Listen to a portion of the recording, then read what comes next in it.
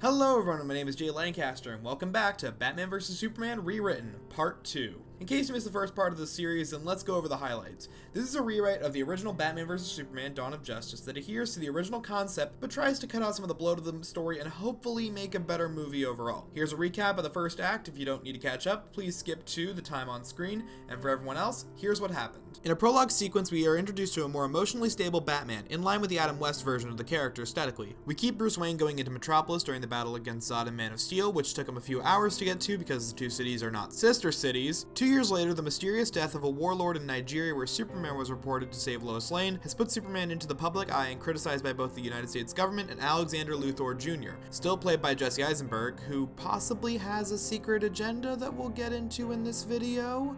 Lex also has bought the rights to research and experiment with Zod's ship and Kryptonian technology. Batman in the last 2 years has gotten progressively darker, both morally and aesthetically. Batman's branding criminals, and Alfred isn't really a big fan of it. He's also stolen a shipment of kryptonite from Wayne Enterprises for Batman-related uses against Superman. On the way back to the Batcave, Superman runs into Batman. The two reveal that both of them know each other's secret identity. So let's get into this. In the original Batman vs Superman and in the extended cut, Lois Lane is mostly used in a subplot to investigate Luthor and his company. Her whole arc is centered around the not magic bullets that give the appearance that Superman was the one to kill the Nigerian warlord, but that entire arc is kinda stupid considering that it's made clear that Superman didn't kill the warlords and that he doesn't use bullets, and in the end the storyline just comes off really dumb. So in our version of the events, Lois is going to look into the deaths of the gang that kidnapped her and try to clear Superman's name. We catch up with that story with Lois Lane. Lois's investigation into the incident in Nigeria leads her to LexCorp. Lois's investigation into the incident in Nigeria leads her back to LexCorp, where she interviews Luthor under the pretense of the Superman hearing. We see in a flashback that Alexander Luthor Sr., who's going to look a lot more like the traditional Lex Luthor, was sick and on life support during Zod's invasion. During the battle, Superman slams into the hospital, taking out the emergency generator and killing his father. Lex is sent into a depressive spiral. He knows that the experience he had that day was not the only one in Metropolis like his, so he swore that he would see Superman brought to justice for the pain and suffering of everyone like him on that day. We can reveal this during the interview, but I think it would be cool to do it during flashback. So one of the things that I think is interesting about the original Batman vs Superman is how much everybody kind of hated Lex Luthor and Jesse Eisenberg specifically. It was one of the first major complaints outside of stuff like Martha and yeah, that was it. Basically, Martha and Lex Luthor were the first two major complaints coming out of Batman vs. Superman. And I'm kind of in the minority here where I think that Lex Luthor was one of the best parts of Batman vs. Superman conceptually. I think that he could be really interesting if we give him some more time in the spotlight. So this version of Lex Luthor doesn't have to compete with being introduced alongside characters like Wonder Woman and Doomsday. We can just focus on Lex Luthor as our main antagonist for the film. So we're not really going to have to explain why his personality is the way it is because, well, we don't need to do that. You know, atypical personalities don't have to be explained, but we are going to explain why he has this kind of disdained relationship to Superman. We get kind of hints of it and what his moral philosophy on it, but I want to make this as personal as possible for Lex Luthor. So we're going to take something that was actually introduced in the original Batman vs. Superman and give it a little bit of a spin to try and articulate this character's motivations a little bit more. So let's get back into the movie. Lois finally starts to ask about the Nigeria incident, and Lex snaps, turning on Lois and screaming about the true nature of God and man, with Lois running out of the interview. At this time, Clark is finally given permission to investigate Batman's antics in Gotham following the kryptonite robbery. Clark starts talking to various people in the city and in the prison system. They tell Clark that while Batman was always someone to fear, he was kind of like a cop in a way. He worked with the police a lot, even used to have this kid that ran around and helped him clean the streets. After Metropolis, Batman had started to get a lot darker, more sinister, willing to bend the law to get the results he wanted to. We cut to Bruce, now processing the kryptonite and a sample of Clark's DNA he swiped from the party. Using the sample, he learns more about Kryptonian physiology, how Superman is weak to the mineral. On the drive he stole from Luthor, he starts reading other theories Luthor started writing about Kryptonian biology, stating that if Superman's powers come from yellow sun radiation, that other types of radiation might weaken him. The drive also contains data about the metahuman theory that LexCorp and the government have been looking into since the appearance of Superman, but the files are encrypted. Batman begins to start developing weapons and a new bat armor to help him kill kill Superman. On Zod's ship, we see Luthor experimenting with the Kryptonian technology, building something. We start this big montage. Luthor building his new weapons, Bruce starts developing his new bat armor and kryptonite gas and staff, and Clark saving people on a grand scale, while civilians turn against the Man of Steel. We see people with signs saying, "Superman, go home, take back our planet," fairly typical Westboro Baptist stuff.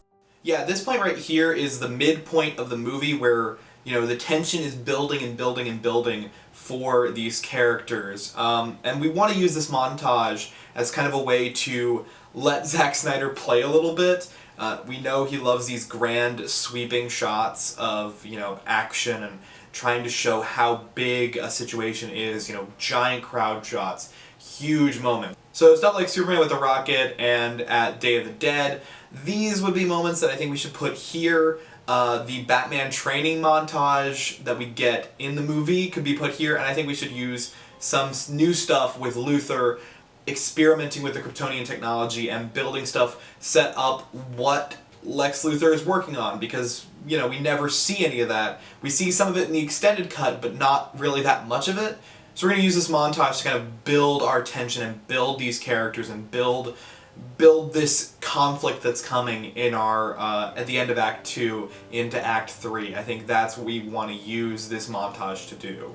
So one of the weirder things about Batman vs. Superman is that it's a sequel to Man of Steel, but it's also a Batman origin movie, and it's an origin movie to Wonder Woman and Lex Luthor, and it's Death of Superman, and it's the lead-in to Justice League. There's a lot of... This movie has to be a lot of things, and the thing that it has to sacrifice in order to be more things, you can't be all of these things at once. So what it gives up in order to be that Batman film, that Lex Luthor film, that Death of Superman movie, that lead-in to Justice League, it gives up being a Superman movie. It gives up being a sequel to Man of Steel, pretty much. So Superman's pretty absent in his own sequel, which blows. Superman has pretty much no dialogue in this movie, in the theatrical cut, and he gets a little bit more in the extended cut, but not that much. And I think that kind of blows. I really love Superman, and this is his sequel, and, in the original version, this is the movie where he dies, and we barely get any time to spend with him. We're not killing him in this version of the movie, but we should spend some more time with Superman. This is still his movie. This is just as much his movie as it is Batman's and Lex Luthor's movie. So this next scene we're going to pitch is going to pretty much explain that. And we're going to take an element of a scene in the original movie, one of the scenes that I actually love, and we're going to give it a little bit more to it and give it a little twist to it. So we're going to go to the Jonathan Kent mountain scene. Clark goes back to Smallville and visits Martha Kent. The two discuss everything going on in Clark's life. He's confused about what his purpose is. Should Clark be Superman if Earth rejects him? He goes to his father's grave and sits there, contemplating what he has to do. A vision of Jonathan Kent appears in front of him, telling Clark that he needs to do what he thinks is right. Jonathan tells Clark that he was wrong when he was alive, that Clark has abilities, and it wasn't Jonathan's decision to say what he should or shouldn't do with them. If he wants to help, that's his prerogative. But if he can't handle what he's gone through, it's his decision as well. He can be the hero, or he can be a normal man. It's his choice, not Jonathan's, not Krypton's, Clark's. As Clark prepares to leave, we get a small scene of Martha Kent offering to feed Clark. Just use the scene from All-Star Superman. It'd be really cute. Actually, yay! We're playing the scene.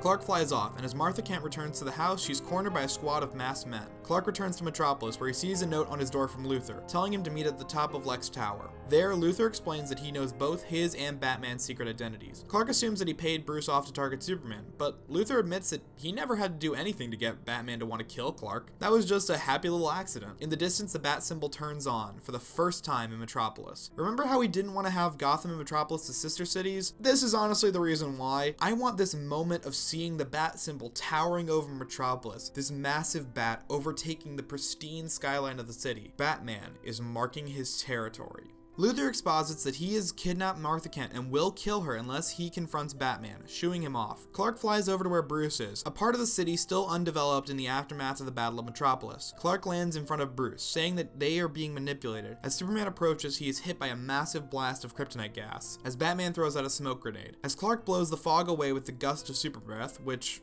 we've actually never seen in a modern Superman film, so I don't know, I think it'd be cool to see. Bruce grapples up into the shadows. We see from Superman's perspective that his supervision is getting weaker and weaker, and that he cannot see Batman hiding in between the abandoned structures. He throws exploding batarangs that blow up in Clark's hand. Superman turns and fires his laser eyes straight into the building as Batman grapples away out of sight. From the shadows, Batman taunts the Man of Steel, saying that he pretends to be a god, he pretends to be a man, but he is neither. Superman uses his weakened powers to counter Batman's gadgets and Batmobile. At some point during the fight, Superman is distracted and is hit with flying Batman, now in his mech suit. Superman is brought to the ground as Batman pulls out a kryptonite spear, cutting his face as a trail of blood goes down his cheek. Bruce stands over Clark, spear pointed at his chest, getting tangled in Superman's cape. Clark exclaims, "You're going to kill her.